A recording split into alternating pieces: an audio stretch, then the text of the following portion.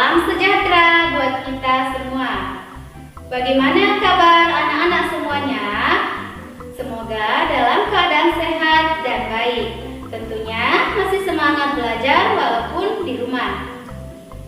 Baiklah, bertemu kembali dengan Ibu Nijarsari Hasibuan pada mata pelajaran Ilmu Pengetahuan Alam kelas 8. Pada pertemuan kali ini, kita akan masuk bab 6 membahas materi tentang sistem peredaran darah manusia. Tujuan pembelajaran kita hari ini adalah 1. Peserta didik dapat mengetahui struktur dan fungsi peredaran darah manusia. 2. Peserta didik dapat mengetahui kelainan dan penyakit pada sistem peredaran darah. Sistem peredaran darah manusia. Sistem peredaran darah manusia tersusun atas darah, jantung, dan pembuluh darah. Yang pertama, darah. Darah merupakan suatu cairan yang sangat penting bagi manusia karena berfungsi sebagai alat transportasi, serta memiliki banyak kegunaan lainnya untuk menunjang kehidupan. Tanpa darah yang cukup, seseorang dapat mengalami gangguan kesehatan dan bahkan dapat mengakibatkan kematian. Fungsi darah pada tubuh manusia antara lain: 1. Sebagai alat pengangkut air dan menyebarkannya ke seluruh tubuh. 2. Alat pengangkut oksigen dan menyebarkannya ke seluruh tubuh. 3. Alat pengangkut sari makanan dan menyebarkannya ke seluruh tubuh. 4. Alat pengangkut hasil oksidasi untuk dibuang melalui alat ekskresi. 5. Alat pengangkut getah hormon dari kelenjar buntu. 6. Menjaga suhu temperatur tubuh. 7. Mencegah infeksi dengan sel darah putih, antibodi, dan sel darah beku. 8. Mengatur keseimbangan asam basa tubuh dan lain-lain. 9. Menutup luka. Darah berbentuk cairan yang berwarna merah, agak kental dan lengket. Darah mengalir di seluruh tubuh kita dan berhubungan langsung dengan sel-sel di dalam tubuh kita. Komponen darah terdiri atas plasma darah dan elemen seluler atau sel-sel darah. Darah pada tubuh manusia mengandung 55% plasma darah atau cairan darah, dan elemen seluler mengandung 45%. Plasma darah merupakan cairan ekstraseluler yang mengandung zat-zat yang terlarut. Terdiri dari 90% air dan 10% zat-zat lain. Plasma darah berfungsi untuk mengangkut sari makanan ke sel-sel serta membawa sisa pembakaran dari sel ke tempat pembuangan, dan dapat menghasilkan zat kekebalan tubuh terhadap penyakit atau zat antibodi. Komposisi plasma terdiri dari air yang berfungsi sebagai pelarut untuk membawa senyawa lain. Garam-garam seperti kalium, natrium, kalsium, magnesium, klorida, dan bikarbonat berfungsi untuk keseimbangan osmotik, buffer pH, dan mengatur permeabilitas membran. Mengandung protein plasma seperti albumin, fibrinogen, imunoglobulin atau antibodi yang berfungsi untuk menjaga keseimbangan osmotik, buffer pH, pembekuan darah, dan sistem pertahanan. Terdapat senyawa yang ditransportasikan darah seperti nutrisi yang mengandung glukosa, asam lemak, vitamin, produk sisa metabolisme, gas-gas respirasi seperti oksigen dan karbon dioksida, dan hormon-hormon. Selanjutnya, elemen seluler atau sel-sel darah. Sel darah terdiri dari 1. Sel darah merah atau eritrosit, 2. Sel darah putih atau leukosit, dan keping darah atau trombosit. Sel darah merah atau eritrosit memiliki ciri-ciri berbentuk cakram bikonvas atau cekung kedua sisi. tidak berinti, jumlahnya 4-6 juta per milimeter kubik.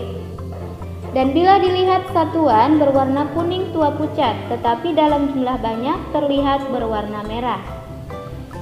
Warna merah ini disebabkan oleh hemoglobin atau Hb yang berfungsi untuk mengikat gas pernapasan berupa oksigen dan karbon dioksida dan menghantarkannya dari jaringan ke alat pernapasan. Sel darah merah dihasilkan di limpa atau kura, hati, dan sumsum merah pada tulang pipi. Sel darah merah usianya rata-rata 120 hari. Sel darah merah yang sudah mati dihancurkan di dalam hati. Selanjutnya, dalam hati hemoglobin dirombak kemudian dijadikan bilirubin atau pigmen empedu. Sel darah putih atau leukosit. Fungsi utama sel darah putih adalah untuk melawan kuman atau bibit penyakit yang masuk ke dalam tubuh. Sel darah putih memiliki ciri-ciri bentuknya tidak tetap, tidak berwarna, jumlahnya 5-10.000 per milimeter kubik.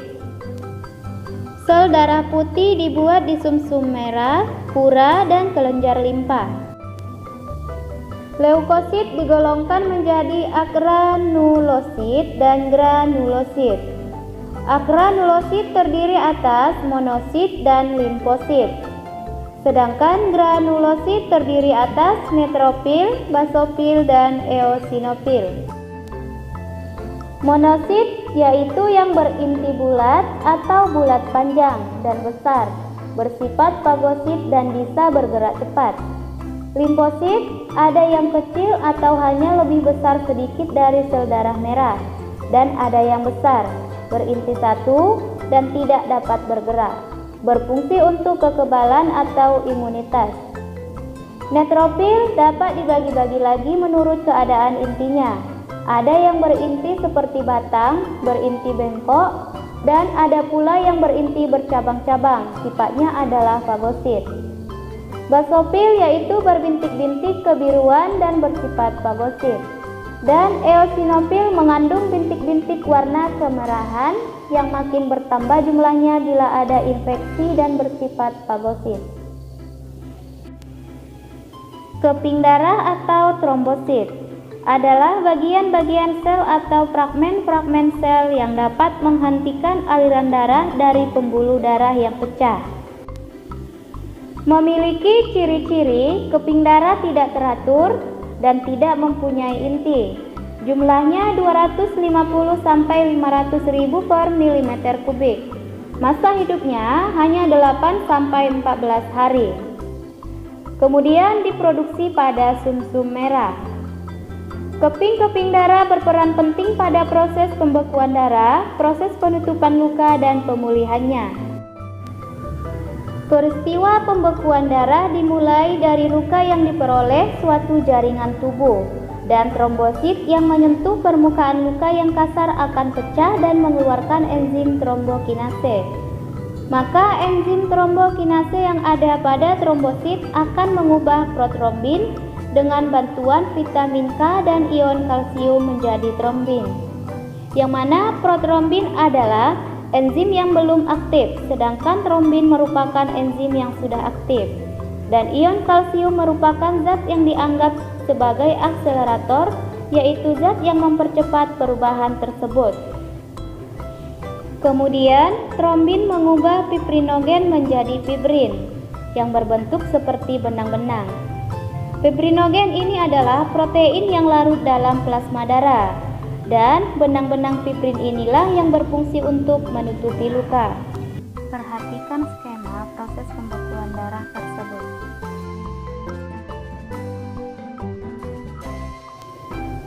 Selanjutnya jantung. Jantung terletak di rongga dada dan di atas diafragma. Jantung merupakan pusat sistem peredaran darah manusia karena berperan sebagai alat pemompa darah sehingga darah dapat beredar ke seluruh tubuh. Jantung mempunyai 3 lapisan, yaitu perikardium pembungkus bagian luar, miokardium lapisan otot jantung, dan endokardium, selaput yang membatasi rongga jantung. Jantung pada manusia terdiri atas 4 ruang, yaitu serambi kanan atau atrium dexter, serambi kiri atrium sinister, bilik kanan ventricle dexter, dan bilik kiri atau ventricle sinister. Serambi berfungsi sebagai penerima darah. Serambi ada 2, serambi kanan dan serambi kiri. Serambi kanan berfungsi untuk menerima darah kotor dari seluruh tubuh atau darah kaya akan karbon dioksida. Sedangkan serambi kiri berfungsi untuk menerima darah bersih dari paru-paru atau darah kaya akan oksigen. Sedangkan bilik berfungsi untuk memompa darah. Bilik merupakan jantung bagian bawah, sedangkan serambi tadi merupakan jantung bagian atas. Jadi, bilik dibagi menjadi 2, bilik kanan dan bilik kiri. Bilik kanan adalah darah yang kaya karbon dioksida dipompa ke paru-paru. Sedangkan bilik kiri adalah darah yang kaya oksigen dipompa ke seluruh bagian tubuh.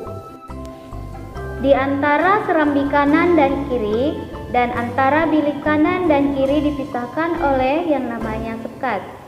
Antara serambi dan bilik di bawahnya dipisahkan oleh sebuah klep atau katup sehingga darah mengalir hanya dari satu atrium ke satu ventrikel. Klep adalah lembaran yang mempertahankan agar darah mengalir dalam satu arah.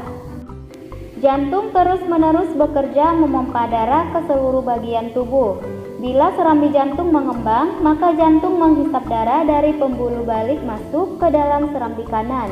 Dan dari vena pulmonalis darah masuk ke serambi kiri. Vena pulmonalis mengandung darah yang kaya oksigen. Bila serambi jantung menguncup, maka bilik jantung mengembang. Darah mengalir dari serambi masuk ke dalam bilik. Bilik jantung merupakan bagian jantung yang berfungsi memompa darah meninggalkan jantung. Yang berikutnya pembuluh darah. 3 pembuluh darah yang terdapat di jantung. Yang pertama, pembuluh nadi atau arteri. Pembuluh nadi berfungsi untuk mengalirkan darah keluar dari jantung. Memiliki ciri-ciri, letaknya tersembunyi di dalam, dindingnya tebal dan elastis, denyutnya terasa, dan memiliki satu katup dekat jantung. Jika terluka, darah akan memancur. Dan pembuluh nadi membawa darah dengan tekanan tinggi. Pembuluh nadi dibedakan menjadi 3, yaitu aorta, arteri, dan arteriol. Aorta adalah pembuluh nadi terbesar tubuh yang membawa darah keluar dari jantung ke banyak percabangan pembuluh nadi yang menyebarkannya ke seluruh bagian-bagian tubuh. Sedangkan arteriol adalah percabangan dari arteri yang lebih kecil. Pembuluh nadi membawa darah bersih atau kaya akan oksigen ke seluruh tubuh, kecuali arteri pulmonalis, karena membawa darah kotor atau kaya akan karbon dioksida ke paru-paru. Pembuluh balik atau vena berfungsi untuk mengalirkan darah menuju jantung. Memiliki ciri-ciri, letaknya dekat dengan permukaan, dindingnya tipis dan tidak elastis. Denyutnya tidak terasa dan memiliki katup di sepanjang pembuluh. Pembuluh balik dibedakan menjadi 3, yaitu yang pertama, vena cava adalah pembuluh balik besar yang membawa darah dari sel-sel tubuh yang mengandung banyak karbon dioksida masuk ke serambi kanan jantung. Yang kedua, venula merupakan percabangan dari vena. Dan yang ketiga, vena pulmonalis merupakan pembuluh darah yang membawa darah kaya oksigen dari paru-paru ke jantung melalui serambi kiri. Jadi, vena pulmonalis adalah satu-satunya pembuluh balik di dalam tubuh yang membawa darah kaya oksigen. Selanjutnya, pembuluh kapiler adalah pembuluh darah yang menghubungkan ujung pembuluh nadi atau arteri terkecil dengan ujung pembuluh balik atau vena. Pembuluh kapiler merupakan pembuluh yang sangat halus. Pembuluh darah kapiler adalah ujung yang berada di paling akhir dari pembuluh arteri. Fungsi pembuluh kapiler sebagai berikut. 1. Alat penghubung antara arteri dan vena, tempat terjadinya pertukaran zat-zat antara darah dan cairan jaringan. 3. Menyerap zat makanan yang terdapat di usus. 4. Menyaring darah yang terdapat di ginjal. Selanjutnya, sistem peredaran darah manusia dibagi menjadi dua, yaitu 1. Peredaran darah kecil, 2. Peredaran darah besar. Peredaran darah kecil adalah peredaran darah yang mengalirkan darah dari jantung ke paru-paru dan kembali ke jantung. Peredaran darah kecil merupakan darah yang kaya karbon dioksida yang dimulai dari bilik kanan dialirkan ke paru-paru melalui arteri pulmonalis. Kemudian di alveolus paru-paru darah tersebut bertukar dengan darah yang kaya akan oksigen yang selanjutnya akan dialirkan ke serambi kiri jantung melalui vena pulmonalis. Sedangkan peredaran darah besar adalah mengalirkan darah ke seluruh tubuh dan kembali ke jantung, dan mengalirkan darah yang kaya oksigen yang dimulai dari bilik kiri jantung lalu diedarkan ke seluruh jaringan tubuh. Kemudian, oksigen bertukar dengan karbon dioksida di jaringan tubuh. Lalu, darah yang kaya karbon dioksida dibawa melalui vena menuju serambi kanan jantung. Kemudian, ada beberapa contoh kelainan dan penyakit pada sistem peredaran darah manusia adalah 1. Anemia, merupakan penyakit kekurangan darah. Gejala-gejala yang dialami adalah wajah terlihat pucat, mudah lelah, sering mengalami sakit kepala atau pusing, telapak tangan pucat, kuku terlihat pucat, rambut kepala rontok tak terkendali, sistem imun menurun dan mudah terserang sakit lainnya, denyut jantung tidak teratur, dan asma atau sesak napas. 2. Hemofilia adalah penyakit keturunan berupa darah sukar membeku jika terjadi luka.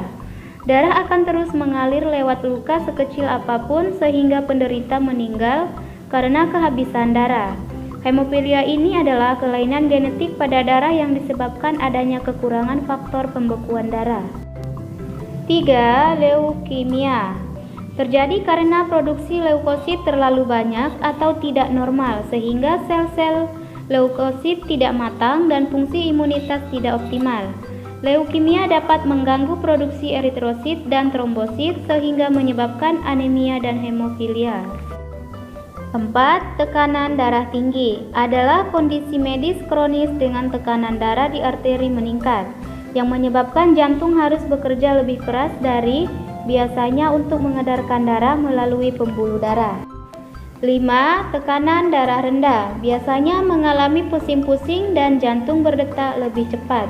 Ditandai gejala darah rendah seperti pusing, pingsan, kekurangan konsentrasi, penglihatan kabur, mual, merasa dingin, pernapasan dangkal, kelelahan, depresi, cepat haus, dan lain-lain. 6. Varises adalah pelebaran pembuluh balik atau vena. Umumnya terjadi pada wanita hamil, orang yang terlalu lama berdiri atau jongkok.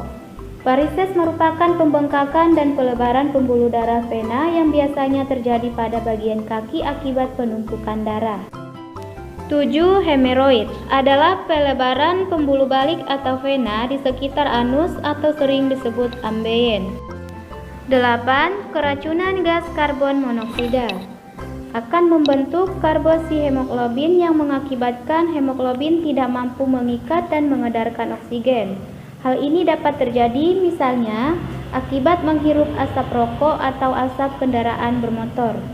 Beberapa usaha untuk mencegah kelainan dan penyakit peredaran darah manusia: 1. Berolahraga rutin dan teratur. 2. Berhenti makan sebelum kenyang. 3. Selalu optimis atau berpikir positif. 4. Menghindari makanan berlemak jenuh tinggi. Baiklah anak-anak, cukup sekian video pembelajaran kita kali ini. Semoga anak-anak dapat memahaminya dan ilmunya bermanfaat bagi kita semua. Ibu akhiri, wassalamualaikum warahmatullahi